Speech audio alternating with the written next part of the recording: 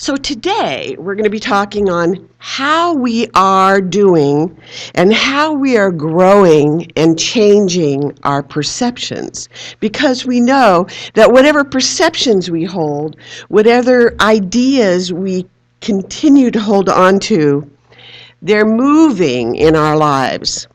And so it's up to us to let go of our perceptions. And there was a man standing by the side of a rushing river, and he saw someone on the other side, and he yells across the river, "How'd you get to the other side?" The man says, "You're already on the other side." It's just a perception, isn't it? Dr. Michael Beckwith said we're either pushed by pain or pulled by vision. And at every moment in time, we can check in and see, where am I? Am I being pushed by pain? Or am I being pulled by a vision? And neither question, neither answer is wrong or right. It's just what is. And one of the powerful things that I've been working on tenaciously for the last 3 years since I've been up at Ananda is to understand that the universe sometimes breaks our hearts open. And it makes us so vulnerable so that a deeper side of our perception, a deeper experience of life, pushes us with pain sometimes. And what happens as a result is we heal more deeply, profoundly, as a collective. And there is no reasoning out these things. We cannot come to an intellectual perception or idea, because the healing that emerges is not ours to understand intellectually. Especially, we all felt the repercussions and the wave of sadness and frustration around what happened in Charleston. I was so caught at first in disbelief that at this day and time that could still happen. But what I've noticed since then, that there are many new stories of compassion. There's many new expressions of forgiveness that are emerging from this experience. And we may not even hear about all of them, but one of them I happen to have caught on YouTube. And it was a story of this man, and I got to see it, which was really great. You might check it out. That was paying the grocery bills for all these black strangers. And he would just pop in there when they're right ready to pay their grocery bill, and he'd jump in there and he'd pay it for them. And the shock on their face and the joy, and especially with those who didn't have any money, really were pushing it, was this great, compassionate, loving kindness that was happening. And it was so meaningful to him. And it was meaningful to me, just watching it happen and take place. So sometimes our wounds will be broken open, and they'll surface to be expressed so that we can lift the collective consciousness and view things from a different perspective that we can't even conjure up at the moment. It's so out of our range of understanding that it takes a while to reach that awareness. So there are so many people that will really jump in and help us at a tough time. But we don't know about that until we're in that tough time. And so we know that our thoughts never stop. And what we know is that they keep rattling on in spite of us, even when we're efforting to change our thinking. Sometimes some of those old unconscious patterns just seem to come up, but they're coming up to be healed. And have you heard of Dr. Joe Dispenza? His work he does a lot of work about neuroplasticity of our brains. And he's always on move. We're always in energy, and so we can alter that movement with an awareness that our brains are not fixed, no matter how old we are. we can change our brains. And so and we don't have to start jogging I'm thinking, okay, I'll for the first time in my life start to jog at 65. Maybe not. So there's a belief system that our biology is our biography. So whatever we practice over and over again, we create. We know that. We accept it as Science of Mind students, don't we? We believe our thoughts are things. But what we don't necessarily know or understand, that there are interactions, there are physiology, there are chemistry, there are behavior and development and history. They're all our collective consciousness, and it's all a mirror for us. It's not a definition of us. It's simply an awareness of where we are at a moment in time. And whenever we decide to change that, our brains have the capacity, regardless of our story, to change. We can change our brains. So we are free to grow. We're able to change direction and choose where we're headed, regardless of the stresses we're experiencing, regardless of the relationships that we have, regardless of the highs and lows, the sadness, the fear, whatever is going on, nevertheless, regardless of the emotional waves that we're having, and as a community, you're going through a huge emotional wave, and I share it with you, because even though I didn't know John as well as all of you, I had a wonderful connection with the two of Tommy and John, and I was uplifted to see their love for one another. We all were. You couldn't help but be that. And so we feel that wave of consciousness, but what we don't know is what's on the other side of this thing called life.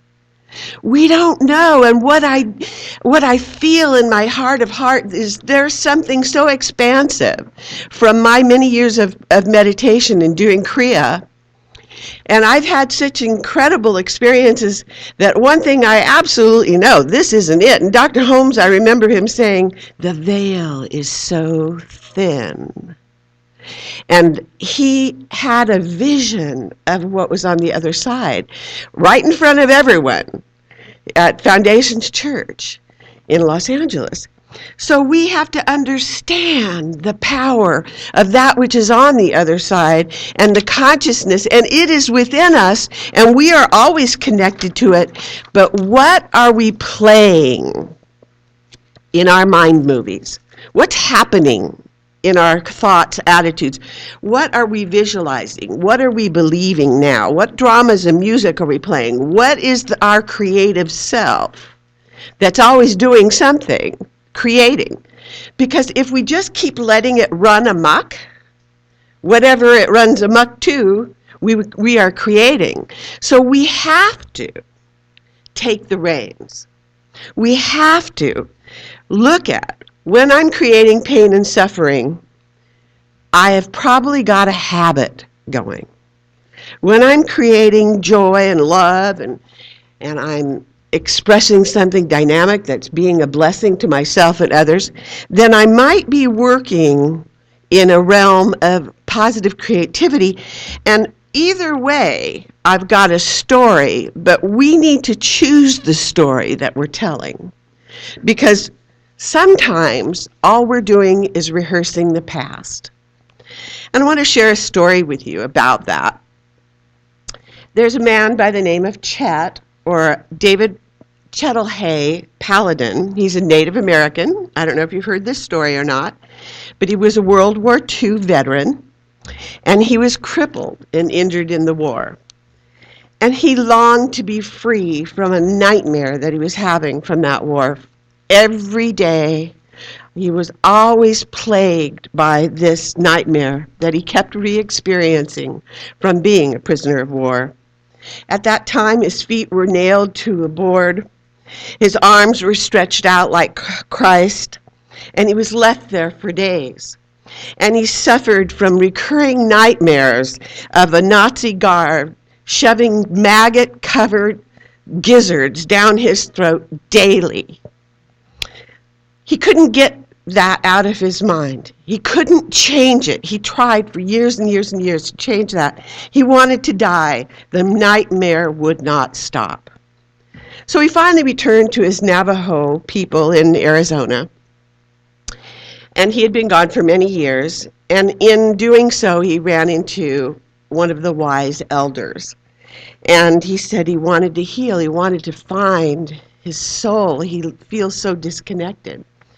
So the Navajo elder said, if you really want to find your soul, if you really want to find your spirit, and you must if you're going to live, you're going to have to be willing to witness this trauma one more time. One more time. And he asked, was he willing to do that one more time? He knew he was going to experience it that night if he didn't agree to this. So he agreed, even though he knew it was going to be dangerous.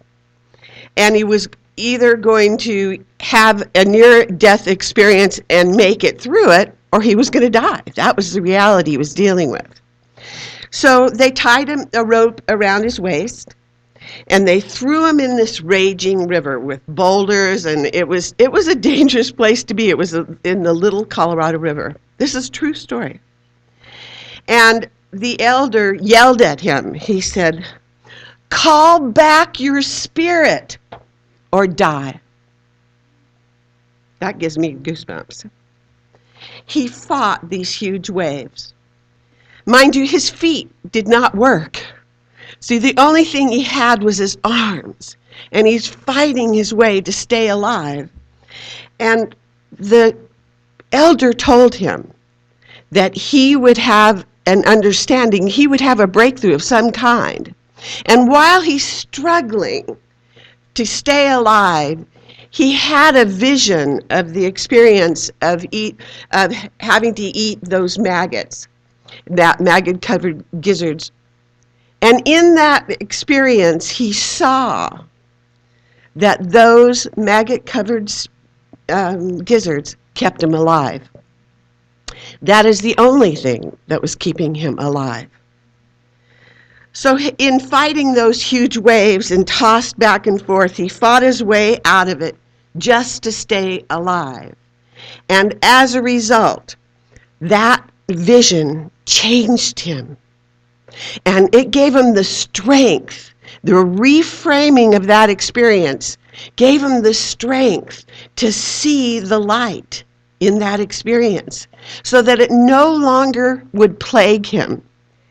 And he did make it out of the river. And he did heal. He healed that perception. He healed many things in his body, and eventually he walked again. He used to walk with braces. Eventually he walked without them. He became a shaman. He crawled out of the river, but he was no longer crawling in his life. The reason why is because he forgave the experience. He gave the person, he gave up his anger and his rage. And that healing was what all of that misery for all those years was about. It was calling him home. Each one of us has something in our lives that is calling us home. Home to our true self. Home to the substance of what we are. Instead of being scattered all over in every relationship, a little bit of us everywhere, there are times when we really have to practice the presence and bring that energy into our spine, ultimately. Those of you that have been here when I've spoken in the past, I've said to you that our energy is from the bottom of our spine to the top of our third eye, that it's contained within that energy system. That is what we take with us when we leave our body. That is our astral spine, and we will return to it. It's always with us. But in Kriya, we practice clearing our astral spine. And the reason why we do that is because we hold the fears, the traumas, the issues in our lives in various different chakras or energy centers in our bodies. They're locked in. They're called, I've lost the word. They're scrambled energy. And I don't know why I can't access that word, but right. Anyway, they, vrittis. They're called vrittis. And what vrittis mean, the little eddies, they spin around in our bodies and they hold the energy of those traumas, like the story I just shared with you about Chet. In Conversations with God, Neale Donald Walsch says, nothing in the universe is an accident. That's hard to take. There's no such thing as coincidences. So sometimes we cannot come to peace with some of the things that happened. You know, I had a suicide in my family recently. My niece's husband, just a couple of months ago. And it threw us all and I had to do the funeral. And I had to really work on myself to get to a place of getting strong and not getting thrown off by it. So I worked at it. And I just said, I don't understand this, Lord. I don't know why we didn't see it coming, because this is kind of typical of what happens when things like this happen in families. When something happens, we don't understand it, and we try to reason it out, and it doesn't make sense. But we don't know what is on the other side. We don't know why it is happening in that life stream. We all have a life stream, and we don't know when someone's life stream has come to an end because of their agreement or who knows why. We don't have those answers. But I do know that there's a purpose to our lives. And it's to awaken to the magnificence that we really are. And it's to awaken to God within us, because we are one. And we have to really savor that awareness and really understand that if we're caught up in our uncontrolled thoughts, then everything outside of us is running us. And there is no center of light that we really are. We're not in touch with it. And that's Dr. Michael talks about that being when life is happening to me. But on the next level of consciousness, we get that we're creating our experiences, and all of you are doing that. You know that because we're Science and Mind students. And we know that we're creating them consciously. That doesn't mean we're creating everyone consciously, but we're doing more of it than most people because we realize that our thoughts are things, and our energy matters. So we're making a choice. So we're choosing for life to happen through me, by me, and through me. But the last stage that Dr. Mike talks about is when life is happening as me, when the divine consciousness of spirit is working through me and dynamically expressing itself as me, as you. When we are in attunement, when we are willing and able and our egos are out of the way, there's this great oneness and presence of the light that Dr. Holmes was saying, the veil is very thin. And that expression that we have in attunement with spirit can change hearts, can open minds, can heal people, ourselves and others, because there's only one in whom we all live, move, and have our being. So your energy, your gift of divine consciousness is unique to you, because if somebody else on the planet doing what you're doing, you would not be needed. And you're here, so you are. And you are a beautiful, radiant soul, and your light matters. So if we are aware of that, and we allow Spirit to help attune us, then we will find the miracle of our unity. We will find the miracle of dissolving all the things that keep us in separation and fear. The Course in Miracles says, we are dissolving our choices for hell instead of heaven. It is a process of rejoining ourselves in the one. And every day, every choice we make, we're choosing heaven or hell. It's not quite that black and white, but there's shades of gray at times. You kind of go, well, I'm somewhere in between. I'm kind of heading toward that good thing, but then I'm kind of still caught up in this old story. What story are we telling? What story are we believing? We have to ask ourselves, am I free to grow right now? Am I feeding spiritual growth? Or am I shutting it down? And what I want you to realize, whatever the answer is, there's no wrong here. It's just an awareness. Because without the awareness, without the perception, we cannot shift.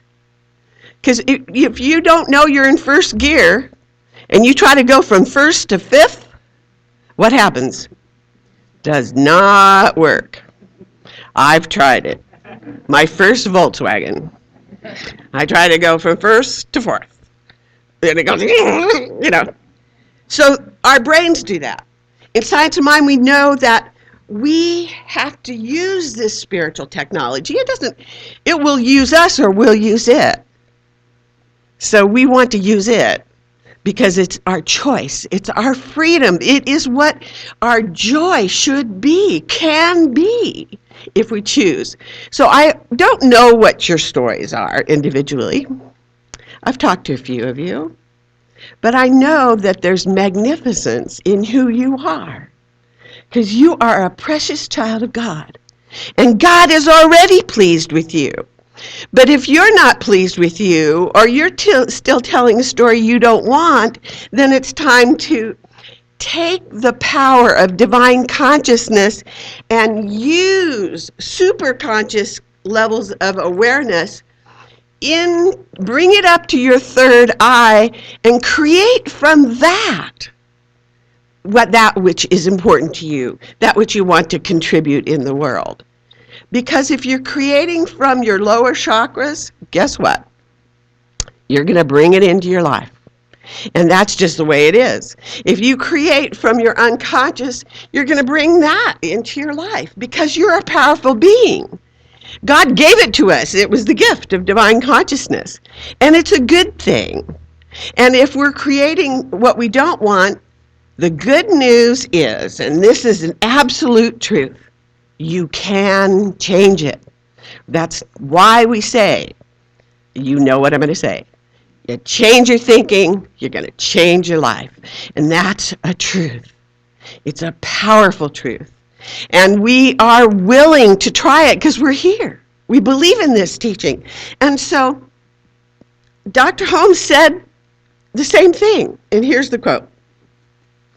He said, every thought planted, which is false, and what was created, that was not created by superconscious intelligence, my heavenly Father shall be rooted up. Shall be rooted up. Grabbed by the root. And you're going to see it. You're going to witness it. You're going to experience it. And you're going to bring something into your life so you understand this clearly and get that it's not happening to you, it's happening through you. And no matter what that looks like, because we are really good creators, we're really convincing about our dramas, we're absolutely sure that it was them. But we've created it. We're the director, the producer, we're the lineman, we're the sound person, we're all of it. And that is all for the sole purpose of awakening to the spiritual truth of our being.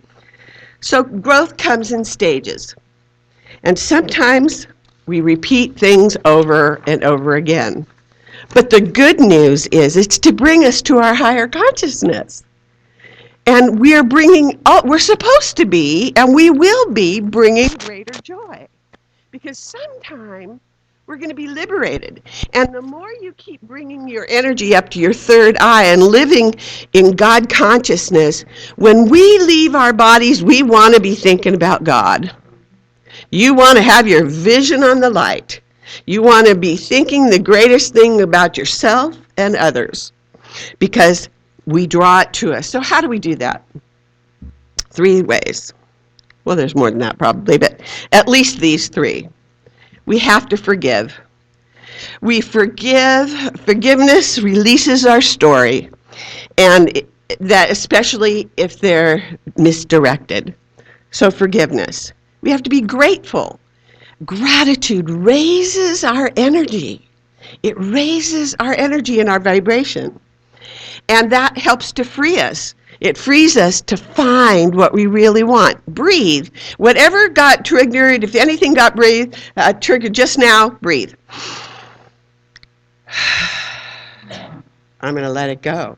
I'm just going to view it, and it isn't who I am. Anything that you created or brought into your life, even if it doesn't make sense, it makes you angry, it makes you frustrated, whatever it is, it's just an awareness.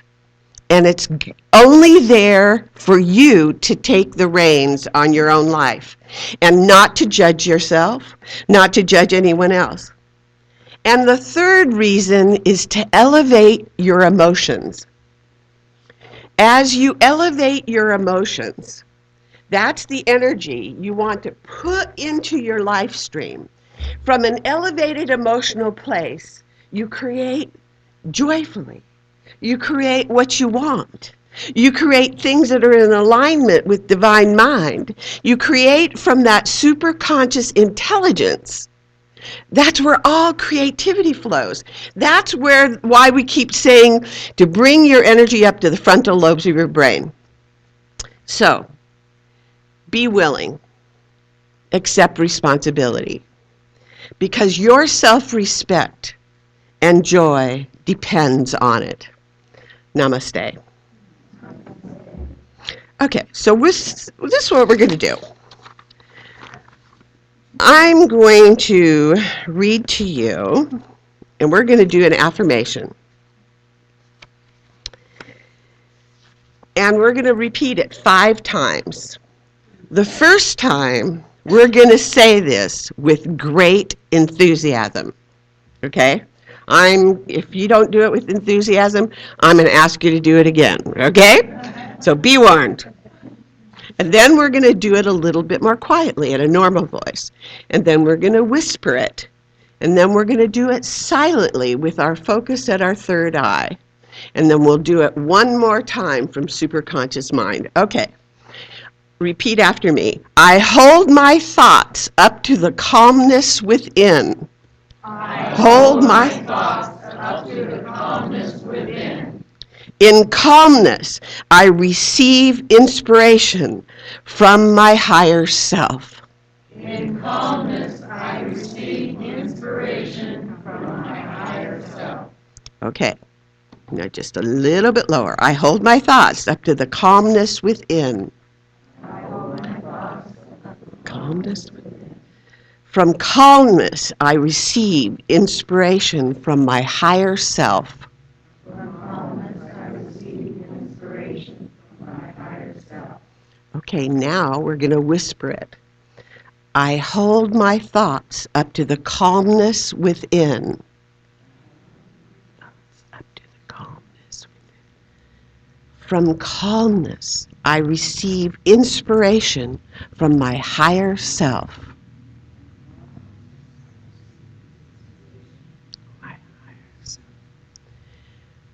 Now we're going to do it silently. I hold my thoughts up to the calmness within. From calmness, I receive inspiration from my higher self. And one more time with your focus at your third eye and just see that in radiant light. I hold my thoughts up to the calmness within. From calmness, I receive inspiration from my higher self. Om. Peace. Amen. Joy to you. Namaste.